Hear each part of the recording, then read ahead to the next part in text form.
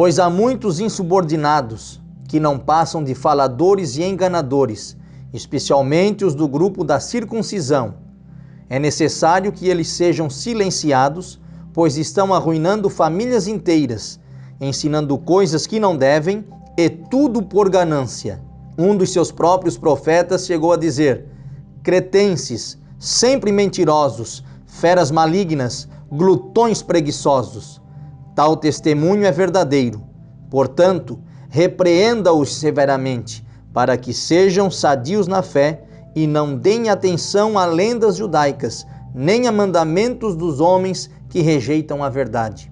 O apóstolo Paulo fala nesse trecho da carta de Tito que tem muitos insubordinados, ou seja, pessoas que estão na igreja, mas que não querem se submeter à autoridade da palavra de Deus. E Paulo volta a falar daquele pessoal da circuncisão, ou seja, o pessoal aquele que queria colocar esse ritual específico como regra para ser aceito na comunidade de fé.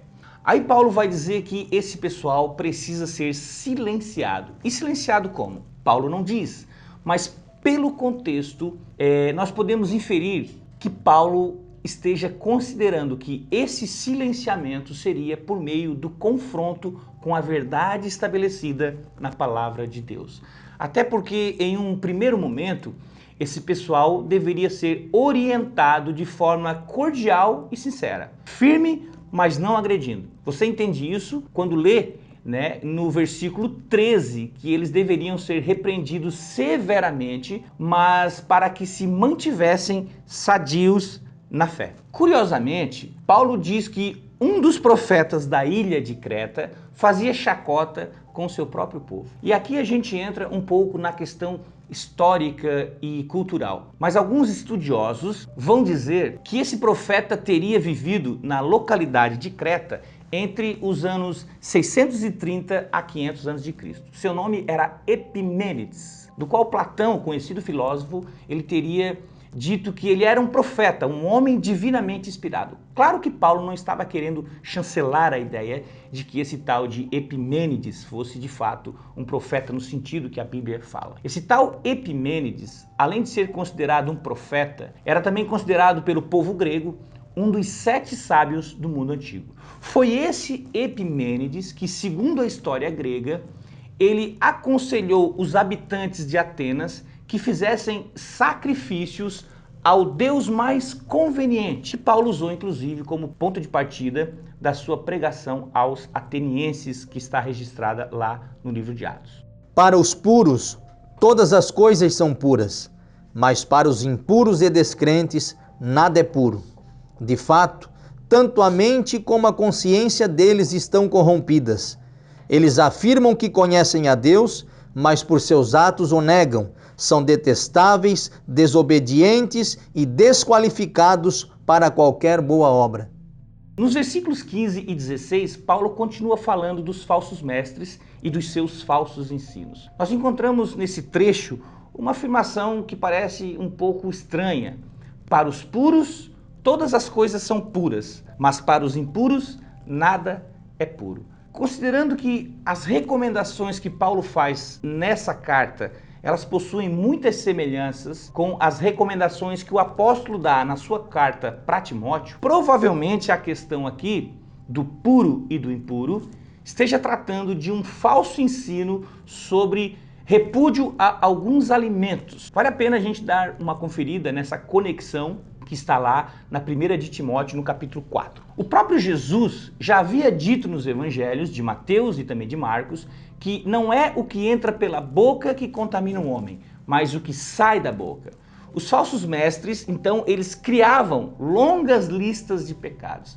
Era pecado eu tocar nisso, era pecado eu tocar naquilo, essa coisa eu não podia comer, aquilo eu podia. E é importante a gente ter esse contexto de que Paulo está tratando de alimentos impuros, assim como ele já havia tratado disso lá na primeira carta a Timóteo, porque se as pessoas pegarem essa expressão para os puros todas as coisas são impuras, elas podem usar para justificar os mais estranhos e inadequados tipos de comportamento. Então, muita calma nessa hora, não é bem por aí.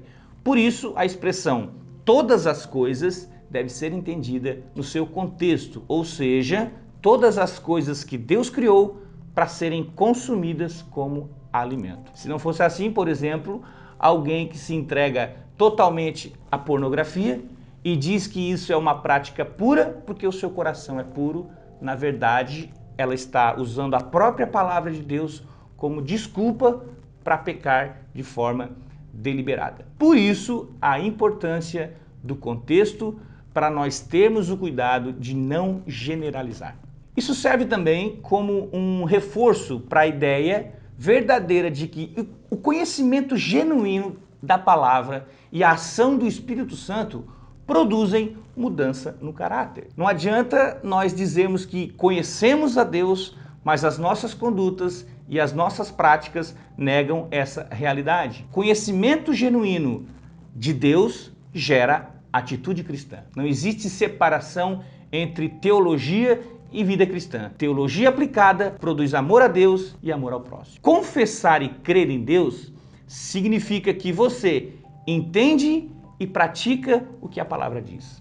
Nós somos hipócritas quando confessamos a Deus com palavras, mas negamos a Deus com os nossos próprios atos. Isso é fé sem obras, que Tiago tanto ensina lá na sua epístola. Paulo diz aqui no final do versículo 16 que uma pessoa assim é detestável, é desobediente e é desqualificado. Bem, essa passagem ela nos ensina muita coisa, mas eu queria destacar 2 pontos principais. O primeiro ponto é que quando os falsos mestres e as heresias começaram a surgir nas igrejas, Paulo não ficou acanhado, Paulo não ficou em silêncio, ou muito menos resolveu esperar em Deus. O que o apóstolo fez e ensinou nós a fazermos? Foi no sentido de multiplicarmos os mestres e escolher uma liderança sadia na fé e de conduta irrepreensível para ensinar a verdade de Deus à comunidade. O erro e a falsidade só se vence com a verdade. As trevas só são dissipadas quando a luz chega. Ou seja, nesse contexto a igreja não pode ficar na defensiva,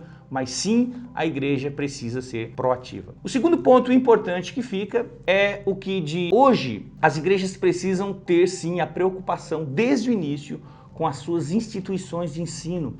E não importa o tamanho da comunidade de fé. No exemplo das igrejas que Paulo cuidava, o ensino sempre foi uma prioridade desde o início. O discurso de muitas lideranças é de que o cristão ele não precisa de ensino bíblico e muito menos de teologia.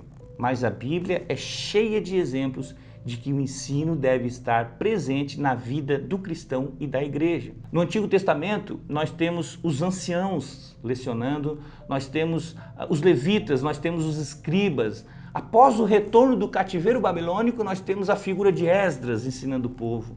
E o verdadeiro ensino da palavra produz confrontação e arrependimento. E isso acabou gerando um grande avivamento, inclusive, entre o povo de Israel. Já no Novo Testamento, o ensino era ministrado nas sinagogas. O ministério de Apolo é elogiado por Lucas no livro de Atos. Nós temos o exemplo do apóstolo Paulo com as suas cartas que fundamentam boa parte da teologia cristã. E o próprio Jesus, que foi chamado 50 vezes de mestre e 16 vezes de mestre dos mestres. Enfim, o Novo Testamento é bem claro em estabelecer o ensino como um dos dons ministeriais. Escolas bíblicas, faculdades de teologia, seminários, palestras, conferências, discipulado, pequenos grupos, classes infantis e muitos outros são exemplos de ensino para o desenvolvimento do corpo de Cristo. Ensinar é gerar edificação e crer também envolve pensar. Nos encontramos no próximo vídeo.